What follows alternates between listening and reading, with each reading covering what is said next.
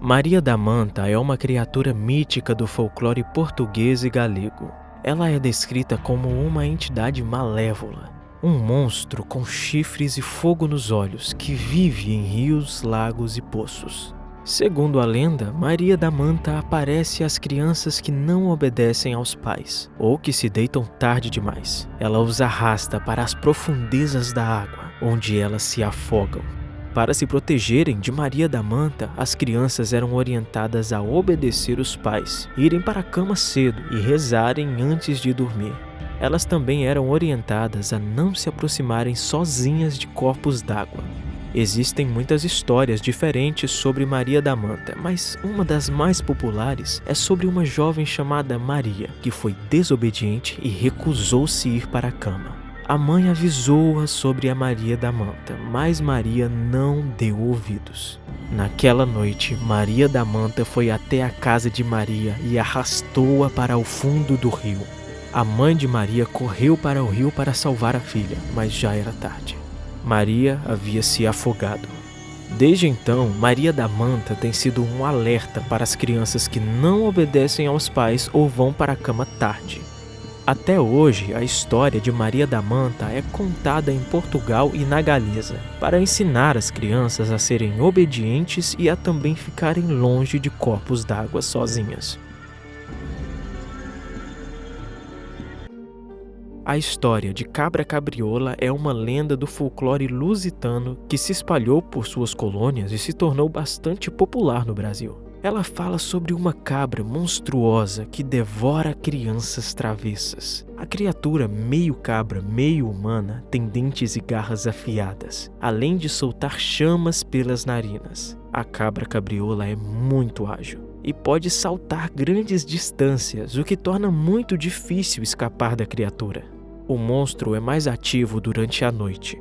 A cabra cabriola percorre o campo em busca de crianças que se comportam mal.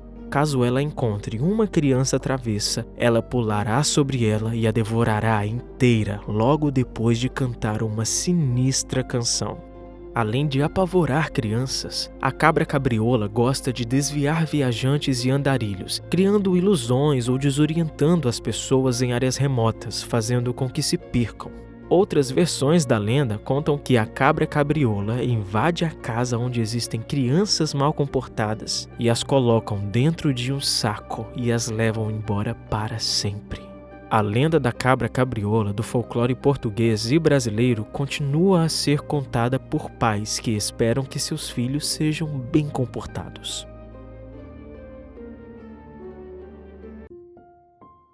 No folclore galego, chácios são criaturas mitológicas meio humanas e meio peixes, que vivem nas profundezas dos rios. Normalmente as chácios são retratadas como belas mulheres, com cabelos longos e esvoaçantes e olhos verdes penetrantes. Elas são capazes de mudar sua aparência à vontade. As chácios nadam rapidamente e prendem a respiração por longos períodos de tempo. São seres muito inteligentes e também sabem falar vários idiomas. Segundo a lenda, as chácios encantam os humanos para se casarem com eles. Vale salientar que também existem chácios masculinos, que são chamados de homens-peixes.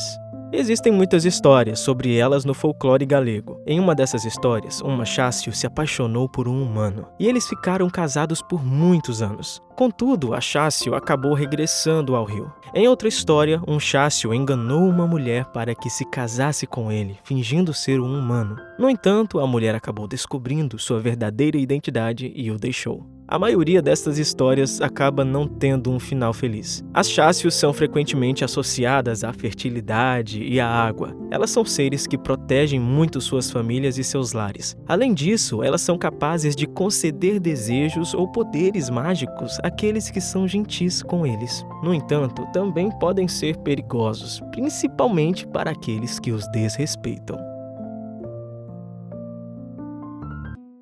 A lenda da peeira, a mulher-lobo, é um conto popular do norte de Portugal, que fala sobre uma criatura mítica que é meio lobo e meio fada.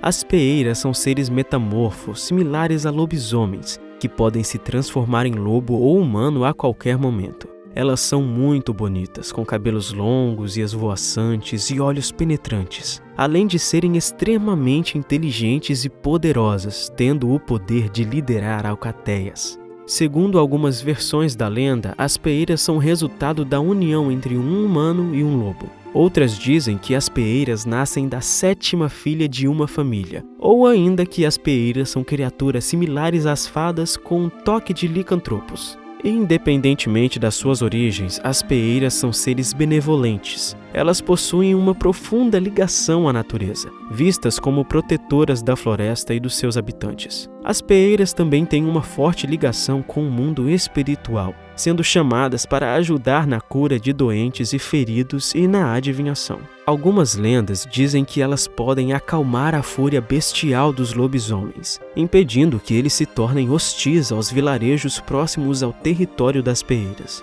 Uma característica comum das peeiras é a sua profunda conexão com a natureza. Muitas vezes são associadas a florestas, montanhas e outros lugares selvagens.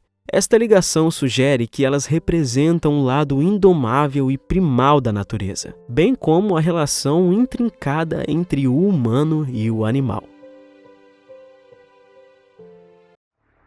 Um balborinho é um ser mítico do folclore português, semelhante a um redemoinho que surge nas encruzilhadas.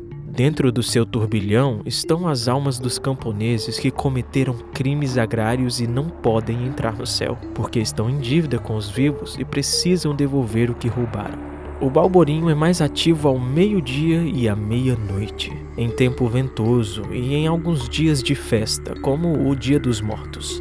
Para se proteger de um balborinho, a pessoa deve carregar uma cruz ou um objeto abençoado, ou ainda orar a um santo ou a Deus. Para se evitar um encontro com um balborinho, o melhor é contorná-lo, assim não cruzando o seu caminho. Uma versão popular da lenda conta a história de um fazendeiro que roubou terras de seu vizinho. Após sua morte, sua alma foi condenada a vagar pela terra em forma de balborinho, até que ele devolvesse a terra ao seu legítimo dono. A lenda do balborinho é um lembrete da importância de respeitar os outros e os seus bens, e as possíveis consequências dos delitos. E também um lembrete do poder da natureza e da importância de ser humilde e respeitoso na sua presença. O balborinho é uma criatura temida e respeitada, e sua lenda continua a ser contada até hoje. O cavalo do pensamento é um ser mítico das lendas portuguesas. Ele é um cavalo preto, alado, com asas de morcego, que solta fogo pelas ventas e cavalga pelos ares a grande velocidade. As lendas sobre o cavalo variam bastante. Algumas o relatam como um ser perigoso que já destruiu vilas inteiras. Já em outras lendas, ele é uma criatura bondosa ou neutra. O cavalo do pensamento é um símbolo do poder da imaginação e do pensamento. É uma criatura de pensamento puro e apenas pode ser convocado por quem for puro de coração e possuir uma forte imaginação. Uma das lendas mais conhecidas sobre o cavalo do pensamento é a de um jovem pastor que cuidava das suas ovelhas quando viu um cavalo preto e brilhante cavalgar pelos ares. Mas o cavalo era tão rápido que o pastor mal conseguiu segui-lo com os olhos. No dia seguinte, o pastor voltou ao mesmo lugar e começou a pensar com grande intensidade no cavalo.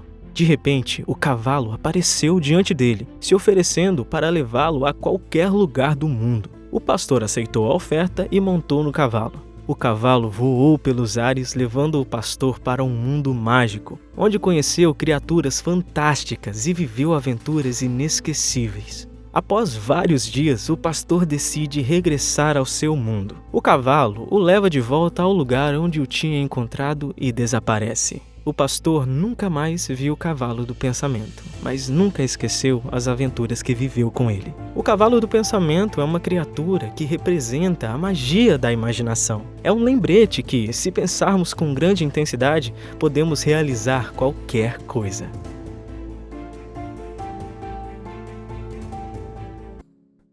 A lenda da velha da égua branca é uma história popular de tradição portuguesa, que relata a existência de uma figura misteriosa associada a eventos sobrenaturais e folclóricos.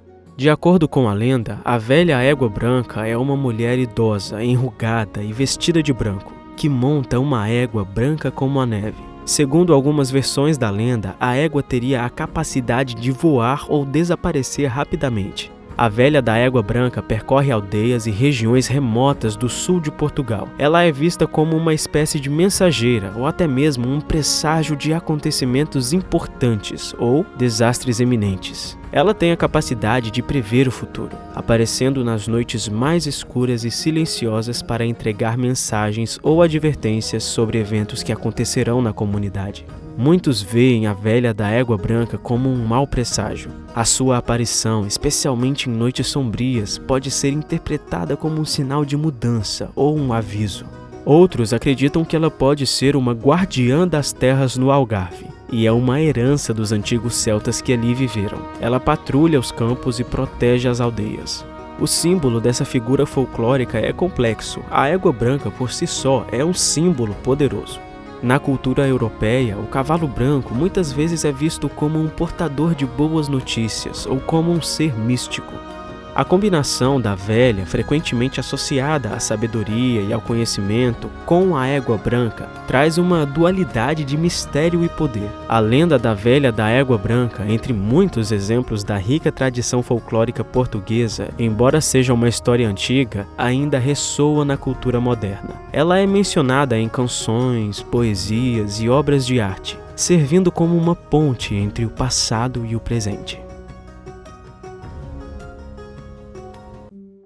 João Pestana é uma figura mítica do folclore português e representa a chegada do sono para as crianças. Ele é um homem pequeno e com um grande saco nas costas. Dentro do saco há pequenos grãos de pó mágico. Quando tudo está em silêncio, João Pestana chega ao quarto de uma criança silenciosamente na ponta dos pés. Ele borrifa seu pó mágico nas pálpebras da criança. Quando o pó toca nos olhos, a criança cai em um sono profundo e tranquilo. Mas João Pestana é bastante tímido e pode acabar fugindo, mesmo com o mínimo barulho, e assim a criança pode acabar perdendo o sono. Existem figuras equivalentes ao João Pestana em diversas outras culturas europeias. Na Inglaterra, existe o Sandman, que joga areia nos olhos das crianças para elas dormirem, e que serviu de inspiração para Neil Gaiman criar o seu famoso personagem. Quando as crianças acordam com os olhos com remelas, é sinal que João Pestana passou por ali e soltou seu pó mágico. A história do Galo de Barcelos é um dos contos mais populares do folclore português e conta a história de um peregrino chamado Ramon, que pretendia fazer a peregrinação até Santiago de Compostela para pagar a promessa que havia feito, de que, se seu filho se curasse de uma enfermidade, ele iria até o famoso e sagrado centro de peregrinação. Mas o que ele não sabia é que a prata de um proprietário de terras havia sido roubada e não se sabia quem era o ladrão, e aos olhos da população local, um andarilho de outras terras certamente seria o culpado pelo roubo da prata. O pobre Ramon foi detido e levado ao juiz. Lá ele se declarou inocente, mas o magistrado não acreditou em sua palavra e ordenou que ele fosse levado ao calabouço e lá permaneceria sem comida e bebida até que se decidisse confessar seu crime. Após 3 dias de penúria, Ramon foi levado ao juiz, que jantava com colegas e que queria ouvir a confissão do andarilho. E até garantiu que, se ele confessasse, ele escaparia da forca e apenas seria enviado para a Ilha da Madeira com a pena do degrado. Então Ramon disse que era tão certo que ele era inocente, quanto era certo que o galo assado que estava à mesa cantaria se ele fosse condenado à forca. O juiz ficou furioso, perdeu o apetite e derrubou a comida que estava na mesa enquanto gritava, ordenando que Ramon fosse enforcado no dia seguinte. Ramon já estava na forca sobre o cadafalso e com a corda no pescoço, quando do lixo foi ouvido o cantar do galo assado do dia anterior. O juiz ficou espantado e lembrou-se das palavras de Ramon na noite anterior e não viu outra saída a não ser absolvê-lo de sua pena, pois ele certamente era inocente. O Galo de Barcelos se tornou famoso e, simbolizando a justiça, a inocência e a boa sorte. O galo se tornaria um dos símbolos culturais mais reconhecidos de Portugal e, graças a ele, Ramon pôde seguir em segurança seu caminho até Santiago de Compostela. Mas antes, ele esculpiu o Cruzeiro do Senhor do Galo, em homenagem à Virgem Maria, a Santiago Maior e ao galo que o protegeu.